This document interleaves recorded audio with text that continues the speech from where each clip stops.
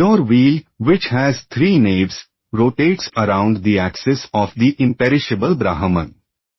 It has 13 spokes, 360 joints, 6 rims, and numberless leaves carved upon it. Though its revolution cuts short the lifespan of the entire creation, this wheel of tremendous velocity cannot touch the lifespan of the devotees of the Lord. Purport: the time factor cannot affect the span of life of the devotees. In Bhagavad Gita it is stated that a little execution of devotional service saves one from the greatest danger. The greatest danger is transmigration of the soul from one body to another, and only devotional service to the Lord can stop this process. It is stated in the Vedic literatures, Hari vina namritim taranti, without the mercy of the Lord, one cannot stop the cycle of birth and death. In Bhagavad Gita it is stated that only by understanding the transcendental nature of the Lord and His activities, His appearance and disappearance, can one stop the cycle of death and go back to Him. The time factor is divided into many fractions of moments, hours, months, years, periods, seasons, etc. All the divisions in this verse are determined according to the astronomical calculations of Vedic literature.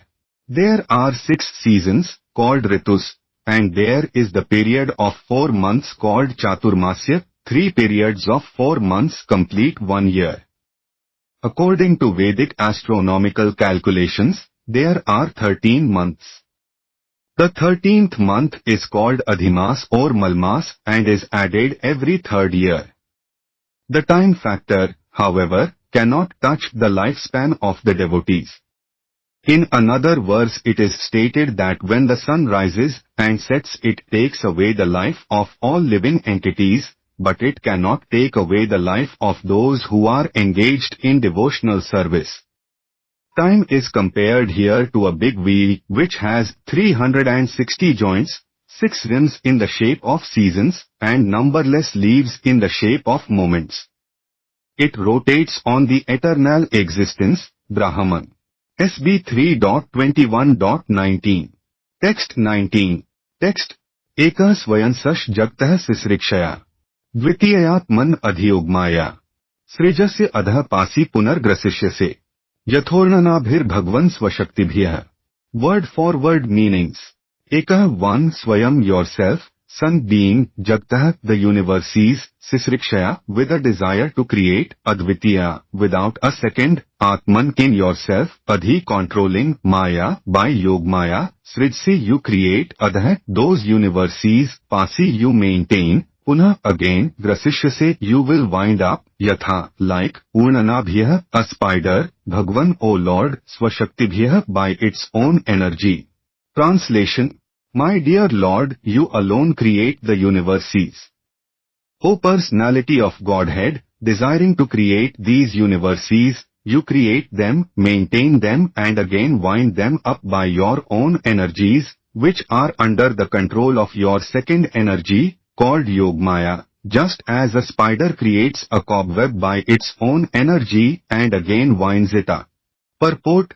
In this verse two important words nullify the impersonalist theory that everything is God. Here Kardam says, O Personality of Godhead, you are alone, but you have various energies. The example of the spider is very significant also.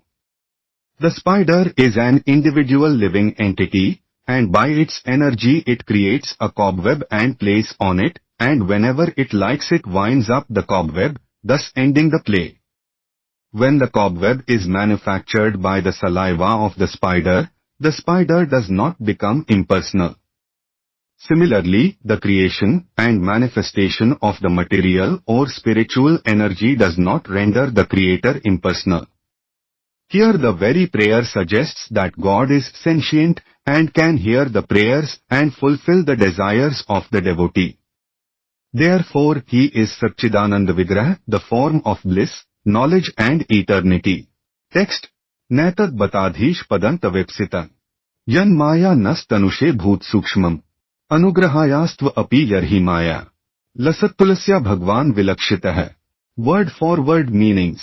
No, not etat this, but indeed adhish, O Lord, padam material world, tav your ipsitam desire, yat which maya by your external energy, nah for us, tanushe you manifest, bhut sukshmam the elements, gross and subtle, anugrahai for bestowing mercy, astu let it be, api also, yarhi when maya, through your causeless mercy, lasat splendid tulasya. With a wreath of tulsi leaves, Bhagwan the Supreme Personality of Godhead, Vilakshitah is perceived. Translation. My dear Lord, although it is not your desire, you manifest this creation of gross and subtle elements just for our sensual satisfaction. Let your causeless mercy be upon us, for you have appeared before us in your eternal form, adorned with a splendid wreath of tulsi leaves. Purport.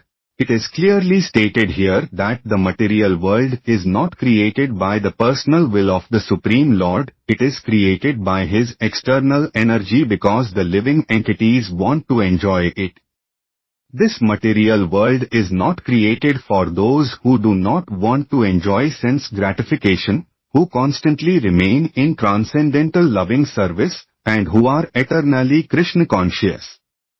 For them, the spiritual world is eternally existing, and they enjoy there. Elsewhere in the Srimad Bhagavatam it is stated that for those who have taken shelter of the lotus feet of the Supreme Personality of Godhead, this material world is useless, because this material world is full of danger at every step. It is not meant for the devotees, but for living entities who want to lord it over the material energy at their own risk. Krishna is so kind that he allows the sense-enjoying living entities a separate world created by him to enjoy as they like, yet at the same time he appears in his personal form. The Lord unwillingly creates this material world, but he descends in his personal form or sends one of his reliable sons or a servant or a reliable author like Vyasdev to give instruction. He himself also instructs in his speeches of Bhagavad Gita. This propaganda work goes on side by side with the creation to convince the misguided living entities who are rotting in this material world to come back to him and surrender unto him. Therefore the last instruction of Bhagavad Gita is this: give up all your manufactured engagements in the material world and just surrender unto me. I shall protect you from all sinful reactions.